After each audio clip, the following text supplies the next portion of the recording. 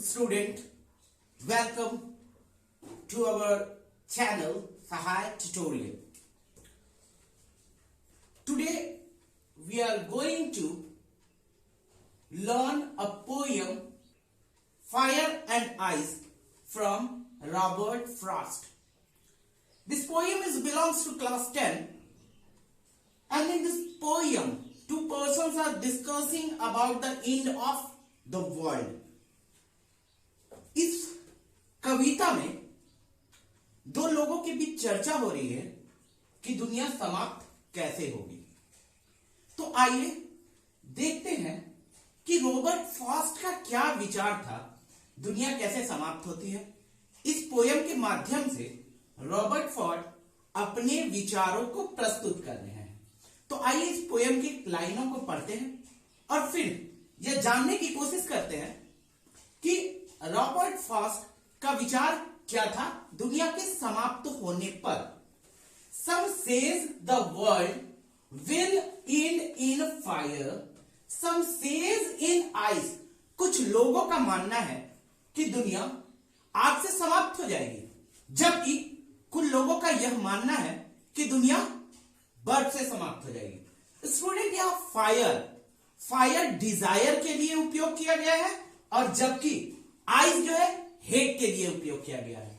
Fire Dzire lust के लिए प्रयोग किया गया है, जबकि फायर हेट के लिए प्रयोग किया गया है। तो यहां कुछ लोगों का मानना है कि दुनिया आग से समाप्त हो जाएगी, जबकि कुछ लोगों का मानना है कि दुनिया बर्फ से समाप्त हो जाएगी। From what I have tested of desire, लेकिन जितना ही मैंने डिजायर को चखा है, जितना मैंने डिजायर को जाना है, उसके अनुसार, यहां आई कौन है? पोएट। जितना ही रॉबर्ट फ्रॉस्ट ने डिजायर को टेस्ट किया है, डिजायर को जाना है, उसके according I hold with those who favour of fire. मैं उन लोगों के साथ जाना पसंद करूंगा जिनका विचार है, जिनका मत है कि दुनिया फायर से समाप्त हो जाएगी, दुनिया डिजायर से समाप्त हो जाएगी।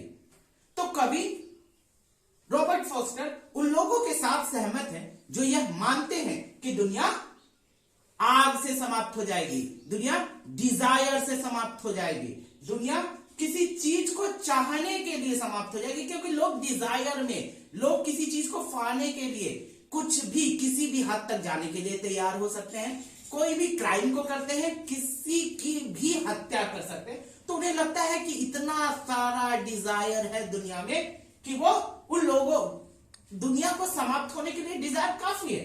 लेकिन अगले ही पंक्ति में वो कहते हैं, but if it had to price to is, price का मतलब होता है to die.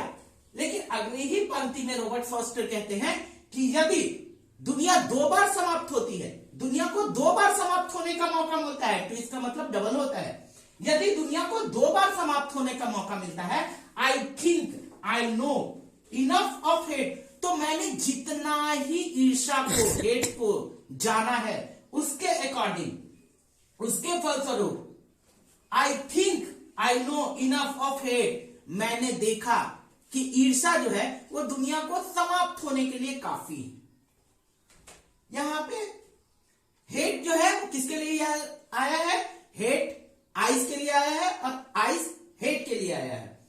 To say that for destruction ice is also great, क्योंकि दुनिया को टूटने के लिए, डिस्ट्रक्ट करने के लिए, बर्बाद होने के लिए आइस भी काफी है, हेट भी काफी है, घृणा भी काफी है। And also suffice, this word is use for sufficient. ये जो सफिस है वो सफिशियंट के लिए है।